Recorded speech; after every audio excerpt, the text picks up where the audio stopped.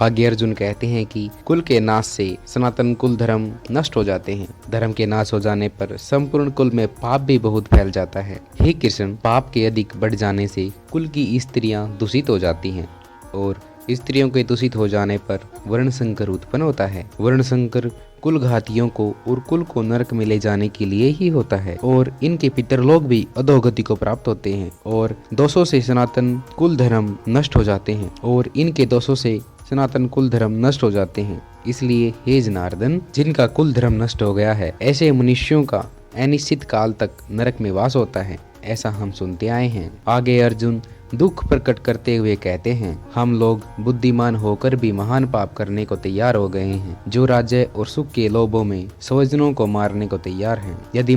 यदि मुझे शस्त्रों से रहित या शस्त्रों सहित धृतराष्ट्र के पुत्र युद्ध में मार डालें तो वह मरना भी मेरे लिए अधिक कल्याणकारी होगा। ऐसा कहकर श्री अर्जुन अपने शस्त्रों को रखते हुए और शोक करते हुए रथ के पिछले हिस्से पर बैठ गए। इसी के साथ पहला अध्याय, जिसका नाम है अर्जुन विषादी, श्रीमद् भागवत गीता के पहले अध्याय का विश्लेषण। दोस्तों, पहला अध्याय में बताता है कि कैसे मूर्ख लोग धन, माया, लोभ, राज्य, भोग की लालसा में अपनों के ही शत्रु बन जाते हैं। इस मोह माया में उनको धर्म, अधर्म, रीति, अनीति दिखाई ही नहीं देती और लोभ से भरा उनका मन अपनों और स्वयं का नाश करने के लिए तैयार हो जाता है। इस अध्याय से हमें यह सीखने को मिलता है कि केवल अपने हिस्से की वस्तु तक ही सीमित रहना चाहिए और जो हमारा नहीं है उस पर बुरी नजर नहीं रखनी चाहिए, क्योंकि आप सोच सकते हैं कि कोई हमारा हिस्सा ले तो हमें कैसा लगेगा और हम उसे पाने के लिए क्या कुछ नहीं कर डालते। उसी प्रकार जिसका हिस्सा हम ले रहे हैं वो भी उसे पाने के लिए कुछ भी कर सकता है और उसका यह अधिकार भी है। इसलिए हमें दूसरों के चीजों पर बुरी नजर नहीं रखनी चाहिए। दूसरी साइड हम अर्जुन को देखते हैं, जिन्हें इन सब का ज्ञान होता है, उसके बाद भी वे अपना हिस्सा छोड़ने के लिए तैयार हो जाते हैं। इसके साथ ही हमें यह भी देखने को मिलता है कि कैसे बुद्धिमान लोग जैसे पितामह भीष्म, द्रोणाचार्य जैसे लोग भी यहाँ अधर्म का, असत्य का साथ देते हैं और सत्य धर्म